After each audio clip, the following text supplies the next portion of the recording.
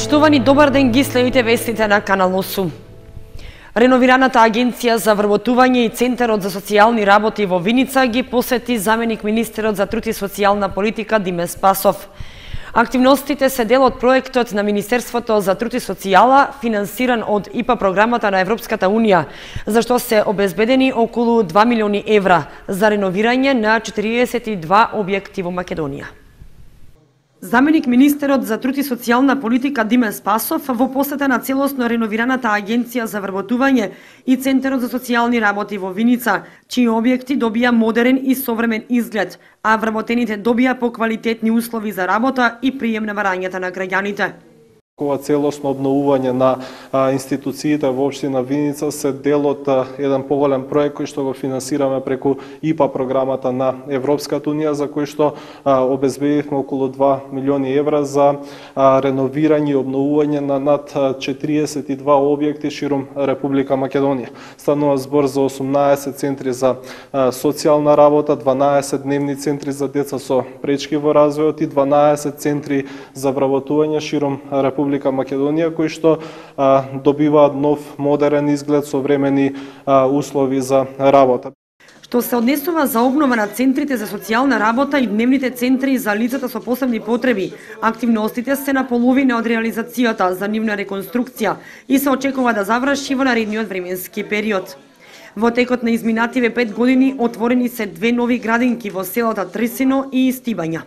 Во новата детска градинка, според програмата за енергетска ефикасност, се е заменето системот за затоплување, односно е инсталирана печка на пелети и со тоа се намалени енергенсите кои што се трошат скоро за половина. Доградена е нова ламела и овде е зголемен капацитетот за чување на деца, некаде за околу 30 деца, и старата градинка, исто според програмата за енергетска ефикасност, заменета е старата фасада со нова фасада и овде е заштедата на енергенсија некаде намалена за половина. Доградена и овде ламела, некаде околу 25, за 25 деца е зголемен капацитетот. Инаку, општина Виница е општина со најмал број невработени лица во Републикава. Моментално изнесува околу 1850, од кои 1117 се пасивни баратели на работа и околу 739 се активни баратели на работа. Општина Виница е одличен пример за соработка помеѓу локалната и централната власт, а активностите се дел од проектот за континуирано унапредување на условите за работа на институциите што се под Министерството за труд и социјална политика. Продолжува штрајкот на судската администрација во Основниот суд во Кочани, како дел од 3-дневните протести во целата држава. Вработените демантираат дека имало слаб одзив на штрајкот, при што велат дека даваат целосна поддршка на синдикатот на УПОЗ за исполнување на нивните барања. И на вториот ден од најавениот 3-дневен штрајк, вработените во судската администрација излегоа на едночасовен протест пред Основниот суд во Кочани. На тој начин го искажуваат незадоволството откако синдикатот на УПОС и Издруженијето на судска администрација ги прогласија за неуспешни преговорите со Министерството за правда околу измените на Законот за судска служба. Представникот на Сдруженијето на вработени во судската администрација во Кочанскиот суд, Венцо Атанасов, кој поради боледување не можеше да им се придружи на своите колеги, во телефонскиот разговор рече дека тие даваат целосна поддршка за исполнување на барањата, за кои досега немало реакција од надлежните државни органи. При тоа, тој ги демантираше информациите дека имало слаб одзив на штрајкот, бидејќи над 80% од вработените се вклучиле во протестите. Инаку, судската администрација бара исплата на ветените 5% на платата за целата администрација, потоа зголемување на платите на судските службеници и враќање на работното време од 7:30 до 15 часот и 30 минути. Дополнително барање е да се повлече и проектот за државно оценување и казнување на вработените. Законот за административците е многу неповолен. Има многу работи кои треба да се исфрлат, затоа што многу неповолности има. Оценувањето е многу ригорозно. Сметам дека со право штрајкуваме. Освен едночасовниот мирен протест пред зградата на Основниот суд, вработените во судската администрација го продолжија штрајкот и на своите работни места до крајот на работното време.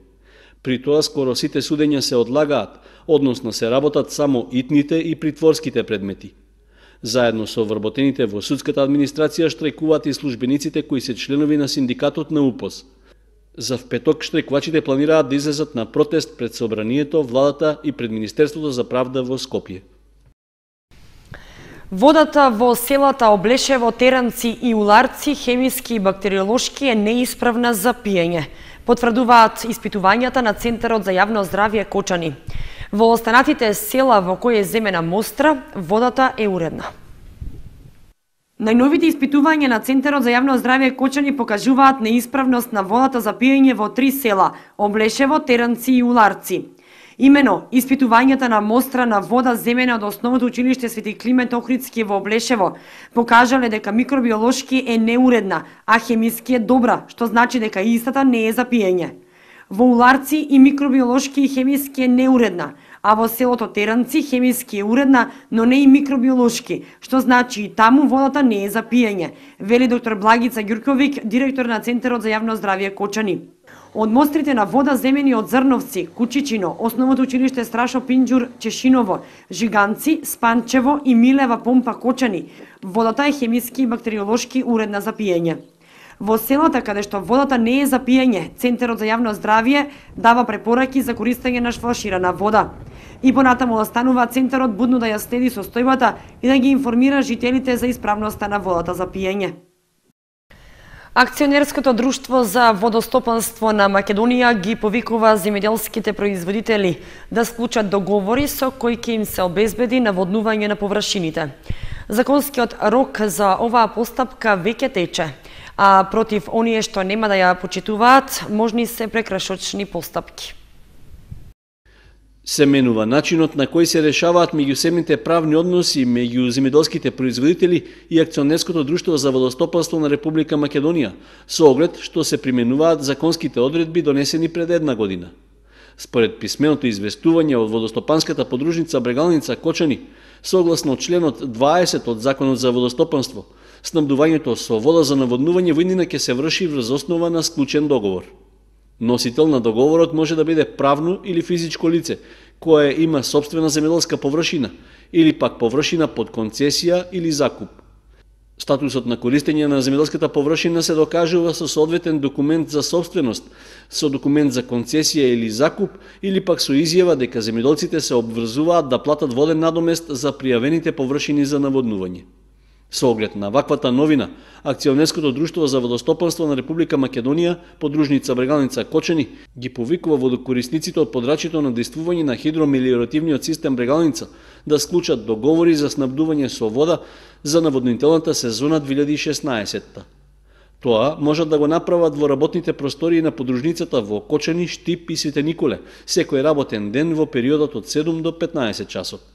Против сите водокорисници кои нема да склучат договор за снабдување со вода за наводнување, ќе се поведат прекршочни постапки согласно одредбите од Законот за водостопанство.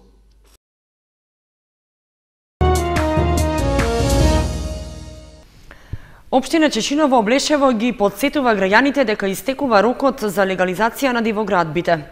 Истовремено, со писмено известување ги повика сите потребни документи да ги достават до крајот на месецот. Локалната самоуправа на Чешиново Облешево ги информира сите граѓани кои ги пропуштиле досегашните рокови дека имаат можност уште само неколку дена да поднесат барање и да ја докомплетираат поднесената документација за легализација на нивните дивоизградени објекти. До крајот на рокот за поднесување барања за легализирање на бесправно изградените објекти, во општината имаше доставено над 2000 документи за правно решавање на различни видови дивоградби. Заради подобрување на процесот на реализација и прифаќање на барањата на граѓаните, беа направени и измени во законот, со што беше продолжен рокот за комплетирање на поднесената документација. Истовремено беше обезбеден и нов рок за поднесување на барања за легализација на дивоизградените објекти. Согласно измените на Законот за постапување со бесправно изградени објекти, објавен во Службен весник на Република Македонија од 11 декември минатата година, рокот за доставување на елаборатите за легализација на овие објекти беше пролонгиран до 31 март годинава. Граѓаните пак, кои веќе имаат поднесено барања, можат да достават геодетски елаборати до 31 декември. За новодоставените барања, рокот за комплетирање на геодетските елаборати завршува заклучно до крајот на 2017 година. Со овие законски решенија се овозможува решавање на едно горливо прашање за многу наши сограѓани, што со децении се привлекуваше во општеството и не им овозможуваше да се стекнат со сопственост врз нивните домови. Во општина Виница беше промовирана монографијата 70 години постоење на библиотеката Ванчо Праке, чиј автор е директорката на установата Стојка Стојменова. Во монографијата се поместени податоци за културното, духовно и материјално наследство на установата, благодарение на сите активности што се одвивале во неа. Промовирана монографијата 70 години постоење на библиотеката Ванчо Праке Виница, дело кое што представува потсетник или лична карта за една установа која што 70 години постои за граѓаните на Виница и која што сака да го најде заслуженото место во заедницата. По секојдневното истражување по архивските материјали на библиотеката, авторката Стојка Стојменова успеа да создаде дело со трајна вредност, монографија која што го одбележува 70 годишното постоење на библиотеката. Поводот да ја создадеме оваа монографија беше целта да го опишеме развојниот пат на библиотеката, како и да ги како исто така да ја објасниме организационата, стручната, кадровската поставеност во библиотеката, како и да дадеме еден приказ на севкупниот развој на библиотечната дејност и на библиотека, не само на нашата библиотека, туку и на библиотекарството во општина Виница. Оваа монографија представува инспирација за пишување на идните генерации за ова време во кое што библиотеката работи, во која што се архивски дадени информации и податоци за културата, писменоста за многу векови пред нашата ера, каде што народите кои што живееле во овие простори твореле најпрвин преку виничките теракоти, а потоа и во самите цркви каде што се припишувале, пишувале книгите, го продолжиле своето дело и постојано работеле на описменување на македонскиот народ. Оваа монографија е многу значајна и е прва и единствена за оваа библиотека. Библиотеката Ванчо Праке во Виница од година во година напредува со зголемен фонд на книги и изданија, како и зголемување на бројот на читатели и членови, чиј број во моментов изнесува 600. Збирката афоризми под наслов "За немирен сон" од авторот Јане Атанасов од Кучани имаше своја промоција во Скопје. Во рамки на активностите на афористичката репрезентација на Македонија, промоцијата на најновата книга на Атанасов беше замислена и реализирана како коктел од поезија и афоризми. При тоа како гости настапија врвни поетски и афористички имиња од Македонија, а публиката имаше несекојдневно двочасовно уживање во мудростите пренесени преку краткиот афоризам. Инаку, по повод 1 април, денот на шегата, афористичката репрезентација на Македонија во Кучани ќе организира 4-та вечер на македонскиот афоризам Кучани 2016.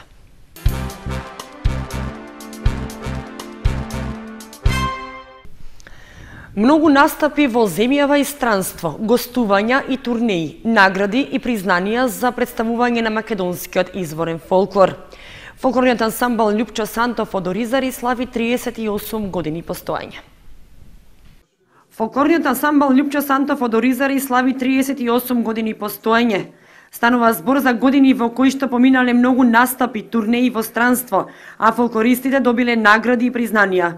Членовите на извршниот и надзорниот одбор и членови на фолклорниот ансамбл и кореографите одржаа состанок на кој беа сумирани досегашните активности и планирањата за понатамошните активности и за подготовката на 3-тиот меѓународен фолклорен фестивал Традиционални ѓурѓувденски обичаи, ора и песни, што ќе се одржи од 6 до 8 мај во Оризари. На фестивалот ќе настапат сите локални групи од Кучани и од Радовиш, Пехчево, Делчево и странски ансамбли. Ќе учествуваат Кут Чарапанка од село Крававица, Крушевец и Кут Медвежа од село Медвежа, Трстеник. Исто од Словенија ќе имаме две групи, значи Македонско културно друштво Илинден од Јесеници, Македонско културно друштво Свети Кирил и Методи од крај. И од Бугарија, од близината тука од околијата на Благоевград, исто ќе имаме една група. Поранешниот претседател на ансамблот доби благодарница за посебен придонес за фолклорот и обичаите. После 38 години и сите овие тука дипломи, плакети, благодарници, златни, бронзени и сребрени, што ги гледам, еве се чуваат, се негуваат. Тоа е моето најголемо задоволство. Мислам дека Љупчо Сантов е едно од најголемото богатство што го ужива Оризари, општина Кочани, Република Македонија. Се надевам дека оваа екипа, на чело со Тошев, ќе продолжи да ги негува традициите кои се стекнати во претходните 38 години, тоест негување на изворниот фолклор, ората, песните и обичаите, бидејќи тоа е лична карта на нас како народ и нација. На меѓународниот фестивал традиционални ѓорѓовденски обичаи, ора и песни, освен фолклорни игри, ќе биде прикажан начинот на традиционално биење на млеко и матеница и подготовка на зелници. Инаку, фолклорниот ансамбл Љупчо Сантов има околу 150 членови, а со фолклорна група обстојуваат и во Зрновци. И оваа година имаат планирано настапи во странство и турнеи во Бургас и Крвавица, како и во Босилеград и Словенија и Италија. Хуманитарен надпревар во кошарка помеѓу ученици и професори од Основното училиште Свети Кирил и Методи се одржа во спортската сала кај гимназијата. Истиот беше во организација на Црвен крст Кочани во рамките на програмата Црвен крст во акција промоција на хумани вредности.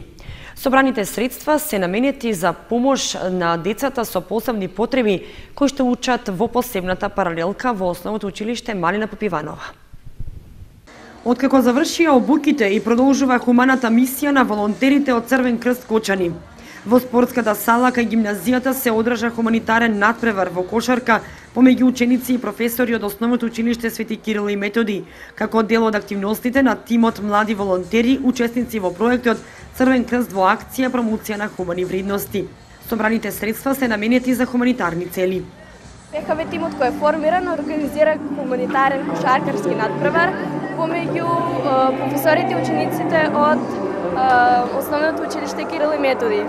Собраните средства ќе бидат наменети за хуманитарни цели, односно ќе бидат наменети за децата со посебни потреби при Основното училиште Малина Попиванова.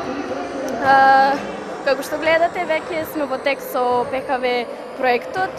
Во салата има поставено кутија, каде што присутните може да донираат одредена парична сума. Младите волонтери продолжуваат со хуманитарните активности кои се дел од проектот. Следно е одигрување на пинг-понг надпревар и проекција на филм. Инаку, ПХВ е проект што веќе 20 години екзистира на територијата на Македонија. Во Кочани и регионот повеќе се дава предност на насочување на проектите кои имаат хумана димензија, а во останатите градови во мултиетничките средини се работи и на проекти за соработка помеѓу културите и нивниот начин на живење. Благодарение на ПХВ проектите, ланската година младинците кои учествуваа им помогнаа на 5 социјално ранливи категории семејства од Кочани.